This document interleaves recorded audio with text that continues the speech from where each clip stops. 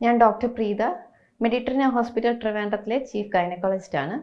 ഞാൻ ഇന്ന് പറയാൻ ഉദ്ദേശിക്കുന്നത് ഹൈ റിസ്ക് പ്രഗ്നൻസി, അതായത് സ്ത്രീകളിൽ അല്ലെങ്കിൽ ഗർഭിണികളിൽ ഉണ്ടാകുന്ന സങ്കീർണതകൾ, അല്ലെങ്കിൽ ഗർഭാവസ്ഥയിലോ അല്ലെങ്കിൽ ഡെലിവറിക്ക് ശേഷമോ ഉണ്ടാകുന്ന സങ്കീർണതകളുള്ള ഗർഭാവസ്ഥയാണ് ഹൈ റിസ്ക് പ്രഗ്നൻസി എന്ന് പറയുന്നത്.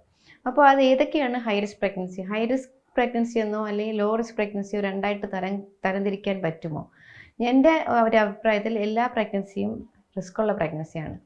പിന്നെ നമ്മൾ ഹൈ റിസ്ക് എന്ന് ഉദ്ദേശിക്കുന്നത് ഓൾറെഡി എന്തെങ്കിലും പ്രോബ്ലം ഉള്ള ഒരു സ്ത്രീകൾ, അതായത് ഏതെങ്കിലും ഒരു അസുഖമുള്ളൊരു സ്ത്രീ ഗർഭിണിയാകുമ്പോഴോ അല്ലെങ്കിൽ ഗർഭാവസ്ഥയിൽ എന്തെങ്കിലും സങ്കീർണതകൾ പെട്ടെന്ന് ഡെവലപ്പ് ചെയ്യുന്നതോ ഒരവസ്ഥയാണ് നമ്മൾ ടെക്നിക്കലി ഹൈ റിസ്ക് പ്രഗ്നൻസി എന്ന് പറയുന്നത്.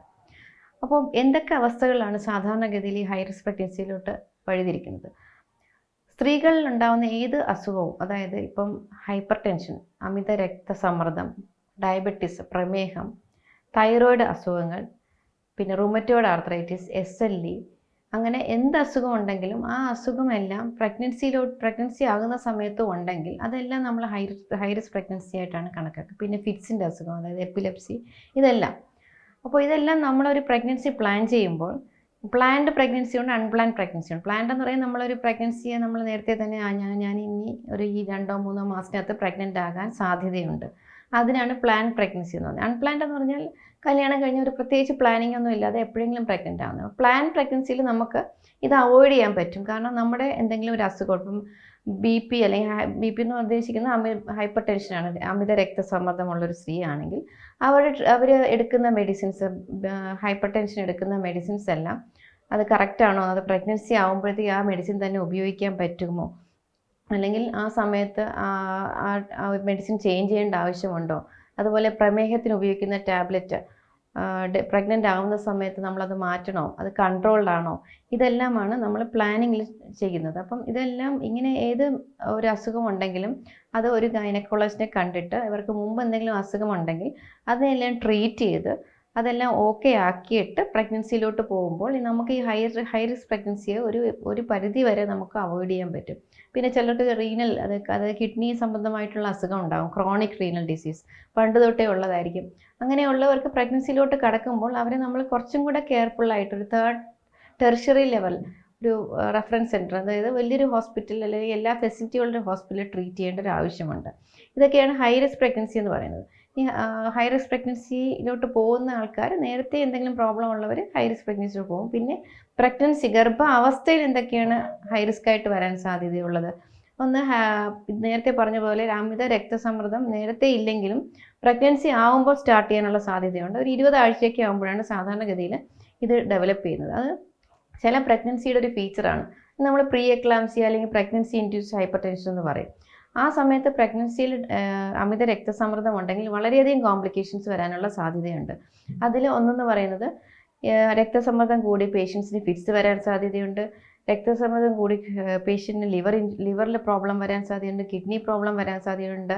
അങ്ങനെ പലതരം പ്രോബ്ലംസ്, അല്ലെങ്കിൽ ചിലപ്പോൾ ഈ ഫിറ്റ്സൊക്കെ വന്നിട്ട് ഇൻട്രാക്രേനിയൽ ബ്ലീഡ്, തലച്ചോറിൽ രക്തസ്രാവം ഉണ്ടായിട്ട് വെന്റിലേറ്ററിലൊക്കെ കിടക്കുന്ന പേഷ്യൻ്റ് ഉണ്ട്. അങ്ങനെയൊക്കെ വരാനുള്ള സാധ്യതയുള്ള ഒരു അസുഖമാണ് പ്രഗ്നൻസി ഇൻഡ്യൂസ്ഡ് ഹൈപ്പർ ടെൻഷൻ. വളരെ കെയർഫുള്ളായിട്ട് അവരുടെ ഹൈപ്പർ ടെൻഷൻ അല്ലെങ്കിൽ BP വളരെ കൃത്യമായിട്ട് കൺട്രോൾ ചെയ്ത് മുമ്പോട്ട് പോവുകയാണെങ്കിൽ ആ പ്രഗ്നൻസിയെ നന്നായിട്ട് നമുക്ക് കൊണ്ടുപോകാൻ പറ്റും. ഇതേ ഒരു പ്രശ്നം തന്നെയാണ് കുഞ്ഞിനും ഉണ്ടാകാൻ പോകുന്നത്. ഇപ്പോൾ അമ്മയ്ക്ക് BP കൂടിക്കഴിഞ്ഞാൽ അമ്മയിൽ നിന്ന് കുഞ്ഞിലോട്ടുള്ള രക്തഓട്ടം കുറഞ്ഞിട്ട് കുഞ്ഞിൻ്റെ വെയിറ്റ് കുറയാൻ സാധ്യതയുണ്ട്. കുഞ്ഞിന് നമ്മൾ നേരത്തെ തന്നെ കുഞ്ഞിലോട്ടുള്ള രക്ത ഓട്ടം കുറഞ്ഞു കഴിഞ്ഞാൽ നമുക്ക് ഡെലിവറിക്ക് ഡേറ്റ് വരെ പോകാൻ പറ്റില്ല. അതിന് മുമ്പ് തന്നെ കുഞ്ഞിനെ എടുക്കേണ്ടി വരും. അപ്പോൾ പ്രീ ടൈം ലേബറിൻ്റെ പ്രശ്നങ്ങളുണ്ട്. അങ്ങനെ അമ്മയ്ക്കും കുഞ്ഞിനും പ്രശ്നം ഉണ്ടാകുന്നൊരു കാര്യമാണ് ഈ പ്രഗ്നൻസി ഇൻഡ്യൂസ്ഡ് ഹൈപ്പർ ടെൻഷൻ, അല്ലെങ്കിൽ ഗർഭാവസ്ഥയിൽ ഉണ്ടാകുന്ന രക്തസമ്മർദ്ദം.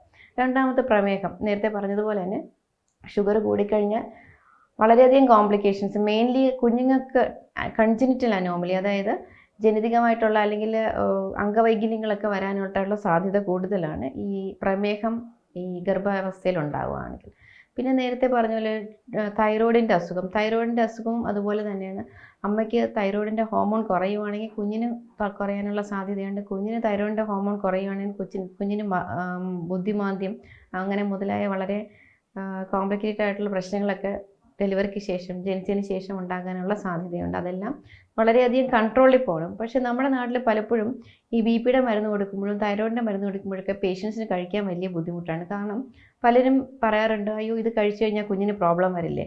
ആക്ച്വലി ഇത് കഴിക്കാതിരിക്കുമ്പോഴാണ് കുഞ്ഞിന് പ്രോബ്ലം വരുന്നതെന്നുള്ള കാര്യം പറഞ്ഞ് മനസ്സിലാക്കിയാൽ പോലും പലപ്പോഴും നാട്ടിൻപുറത്തു നിന്നൊക്കെ വരുന്ന പേഷ്യൻസ് ഇത് കഴിക്കാറില്ല. അവിടെ വീട്ടിൽ ചെന്നിട്ട് അമ്മമ്മമാരും നാട്ടുകാരൊക്കെ പറയും ഇതൊക്കെ മരുന്നുകളൊന്നും ഗർഭാവസ്ഥയിൽ കഴിക്കാൻ പാടില്ല. ഇങ്ങനെയൊക്കെ വരുന്ന പേഷ്യൻസിനാണ് നമുക്ക് അവസാനം സേവ് ചെയ്യാൻ പറ്റാതായി പോകുന്നത്. ചിലപ്പോൾ ആ കുഞ്ഞുങ്ങളെ നമുക്ക് സേവ് ചെയ്യാൻ പറ്റില്ല, അമ്മമാരെ സേവ് ചെയ്യാൻ പറ്റില്ല. അപ്പോൾ കൃത്യമായിട്ട് മരുന്ന് കഴിക്കുകയാണെങ്കിൽ ഹൈ റിസ്ക് പ്രഗ്നൻസിയിൽ കൃത്യമായിട്ട് നമ്മൾ ഡോക്ടറിൻ്റെ നിർദ്ദേശം അനുസരിച്ച് ചെക്കപ്പും മരുന്നുകളും കഴിക്കണം. ഞാൻ ഇപ്പം പറഞ്ഞ അവസ്ഥകൾ മാത്രമല്ല, വളരെയധികം ഹൈ റിസ്ക് പ്രഗ്നൻസി കോസസ് ഉണ്ട്. SLE എന്ന് പറഞ്ഞൊരു അസുഖമുണ്ട്, സിസ്റ്റമിക് ലൂപ്പസ് എറിത്രോമറ്റോസിസ്, റൂമറ്റോയ്ഡ് ആർത്രൈറ്റിസ്. ഇതെല്ലാം നമുക്ക് ആക്ച്വലി പ്രഗ്നൻസി കോംപ്ലിക്കേഷൻസ് ഉണ്ടാവാൻ സാധ്യതയുള്ള അസുഖങ്ങളാണ്. ഇതിലേത് അസുഖം വന്നാലും നമ്മൾ വളരെയധികം കൃത്യമായിട്ട് വളരെ ചെക്കപ്പും ചെയ്ത് കൃത്യമായിട്ട് മെഡിസിൻസും എടുത്ത് പ്രഗ്നൻസി മുമ്പോട്ട് പോയി കഴിഞ്ഞാൽ ഒരു 99% വരെ നമുക്ക് ഒരു കോംപ്ലിക്കേഷനും ഇല്ലാതെ പ്രഗ്നൻസി വിജയകരമായിട്ട് പ്രസവം നടത്താനും കുഞ്ഞിന് ഒരു പ്രോബ്ലം ഇല്ലാതെ നമ്മുടെ കൈ കിട്ടാനുമുള്ള സാധ്യതയുണ്ട്. ഇതെല്ലാം മനസ്സിലാക്കിക്കൊണ്ട് വളരെ കൃത്യമായിട്ട് ഒരു പ്രഗ്നൻ്റ് ആയാൽ തന്നെ ഒരു ഗൈനക്കോളജിസ്റ്റിനെ പോയി കാണുക, കൃത്യമായിട്ട് ട്രീറ്റ്മെൻറ്റ് എടുക്കുക, ഒരു വിട്ടുവീഴ്ചയില്ലാത്ത രീതിയിൽ എല്ലാ മെഡിസിൻസും കറക്റ്റായിട്ട് കഴിച്ചു കഴിഞ്ഞാൽ നിങ്ങളുടെ പ്രഗ്നൻസി നന്നായിട്ട് പോകുമെന്നുള്ള കാര്യത്തിൽ 99 തൊട്ട് 100% വരെ ഉറപ്പാണ്. Thank you.